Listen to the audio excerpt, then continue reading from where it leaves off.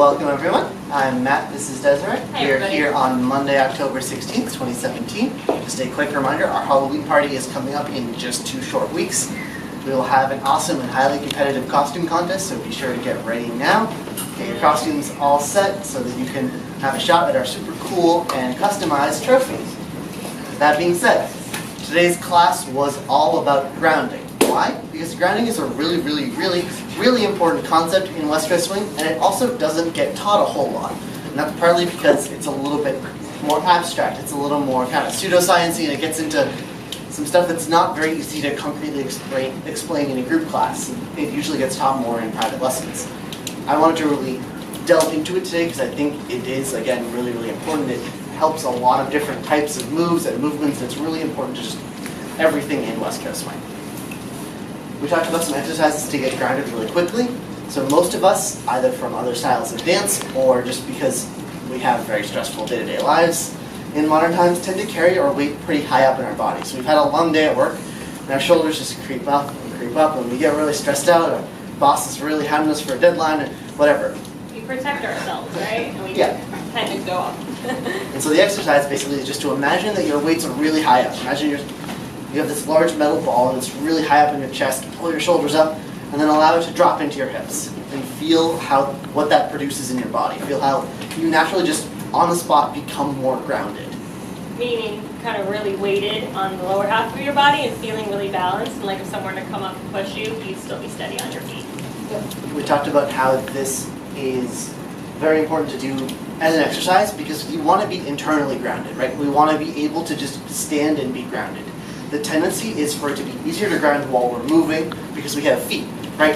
I can ground by taking steps that really dig into the floor. That will produce a similar feeling to being grounded, but I don't want to only use that. Ultimately, that would hurt my feet if I'm trying to only ground with my feet, and there's a limit to how much I can do. So I want to be grounded by myself and use my feet as a little bit more of a supplementary resource when necessary.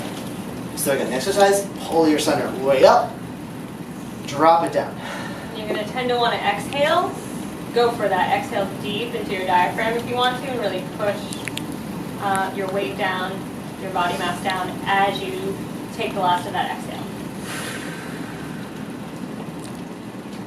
We talked about how where your weight placement is on your foot can really affect your grounding, especially in terms of partnership connection. How many of us, again, either from other styles of dance or just as a day-to-day habit, we tend to have our weight pretty far forward on the balls of our feet, which, since we're doing a dance where our connection is created through distance apart, being really far forward on the balls of our feet is a little counterproductive to that. So we want to let our weight live in the front part of our heel, as opposed to the ball of our foot. I know some of us, especially followers, are afraid of feeling too heavy to our leaders, and that's why we want to stay more forward. But if you connect, if you allow your heaviness to come from this front part of the heel, as opposed to pulling your arm back, you won't feel heavy to your leader. That being said, we also don't want to be off balance. So I am on the front part of my heel, but when I move, I'm thinking about moving from my hips. So I'm stepping forward from my hips. When I'm stepping backward, I'm stepping backwards from my hips. So I think about, and I can side to side too, wherever, if I had a belt, someone would be pushing or pulling on my belt, that would be where my movement's coming from. And part of why we do that metal ball exercise is because we tend to move from where that weight is. And so if I'm carrying that weight way up here in my chest, I will tend to move from way up here in my chest, which, especially as a leader, where I'm mostly stepping backwards, feels a lot like I'm falling. Versus if I allow that weight to drop into my hips and move back from there, it feels a lot more comfortable and balanced with my partner. Followers, we tend to go up, whether in a protective stance or because we're trying to be an easy spinner. When we take spins, we tend to elevate. It's okay to go on the balls of foot and allow your balls of foot to pivot and bring your heels slightly up, but we still want to be thinking about rooting more downward into the ground for our spins to maintain really nice body control.